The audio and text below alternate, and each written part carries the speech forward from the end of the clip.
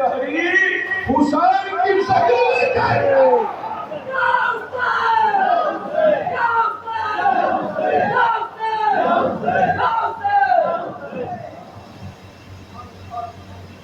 گویا یہ معمولی بات نہیں ہے. امام حسین علیہ السلام کا شہید ہو جانا حضور کا شہید ہونا ہے. اسی لیے آپ کو صرف شہید نہیں کہتے, شہید اعظم کہتے ہیں.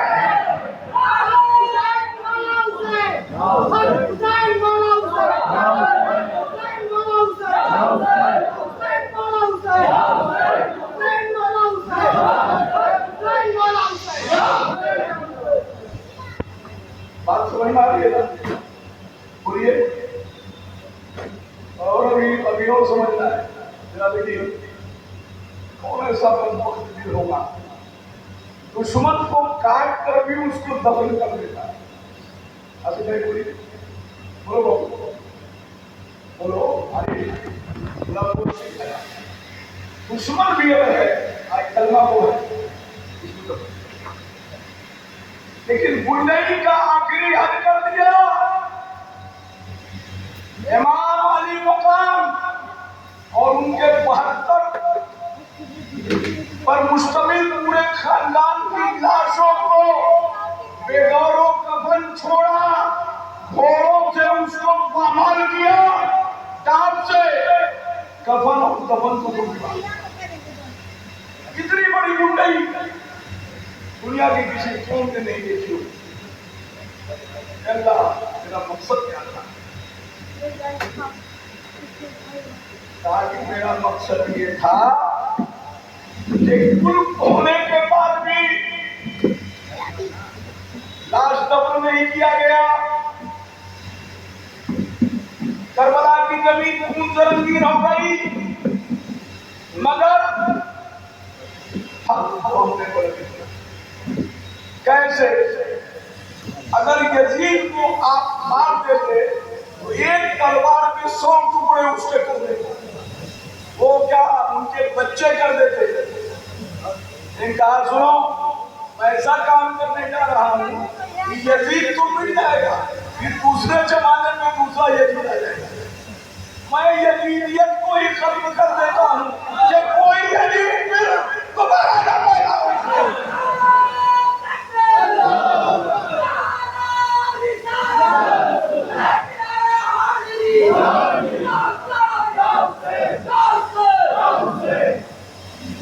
اور اگر پیدا بھی ہو بھائی دبے تو ٹیپو بھائی کے ساتھ امام حسین کا کوئی غلام مسلمان پیدا ہو جائے گا. آصف بھائی جیسے کوئی غلام پیدا ہو جائے گا. آج محمد بھائی جیسے کوئی غلام ہر زمانے میں پیدا ہوتا رہے گا اور ان کو قتل کرتا رہے گا. یزیدیت کو پنپنے نہیں دے گا.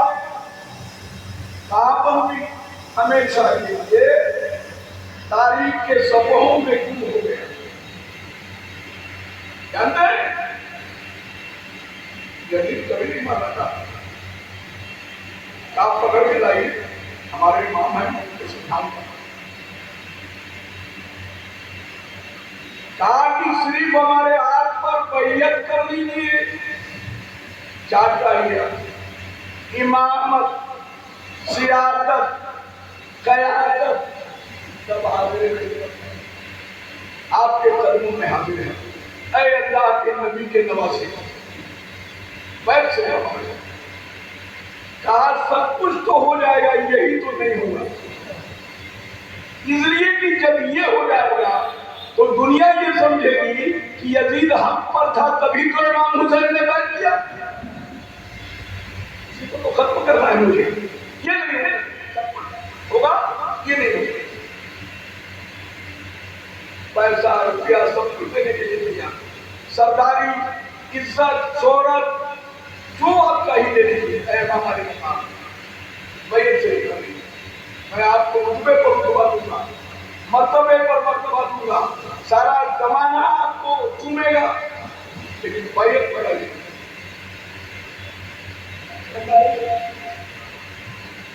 مطلب سمجھ میں آ رہی ہے نہیں؟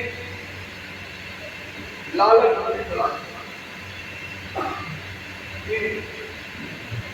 اور آپ کو سن کر یہ حیرت ہوگی کبھی سنا نہیں ہوگا، سنیجیے مجھ سے، تاریخ گواہ ہے، شاہد ہے، یزید کے لشکر کے طرف زیادہ تر آپ کے رشتے دار تھے، زیادہ تر رشتے دار بھی بدل سکتا ہے لالچ میں۔ ابن سعد کون تھا معلوم ہے؟ لشکر کا سردار، اور وہ کون تھا معلوم ہے؟ 10 خوش نصیب صحابی جن کو دنیا میں ہی جنت کی خوشخبری ملی تھی، حضرت سعد بن وقاص رضی اللہ تعالیٰ عنہ ان کا لڑکا تھا۔ یہ بڑے بڑے ظلم رشتے دار تھے نا، اور جو رشتے دار نہیں تھا وہ آ گیا، اس کو سعادت ملی، اور جو رشتے دار تھا جہنمی ہو گیا، پورا ہے میرے آقا، بار بار مجھ کو بھیجا جا رہا ہے آپ کا سر قلم کرنے کے لیے، لیکن روح کام جا رہی ہے، روح کام جا رہی ہے۔ اے میرے آقا، اگر میں آپ کے قدموں میں جھک جاؤں تو مجھے کیا ملے گا؟ تو آپ نے کہا کہ اپنے نانا جان سے تم کو جنت ملے۔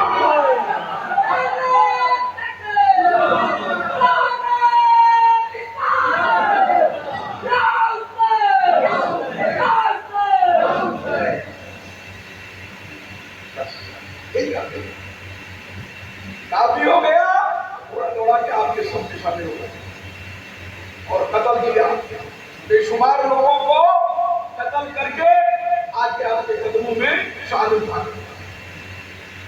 آپ نے بھی اپنے قدم جانتے ہیں، چلے شہید ہو گئے، چلو اس کی پوری کی جائے، لیکن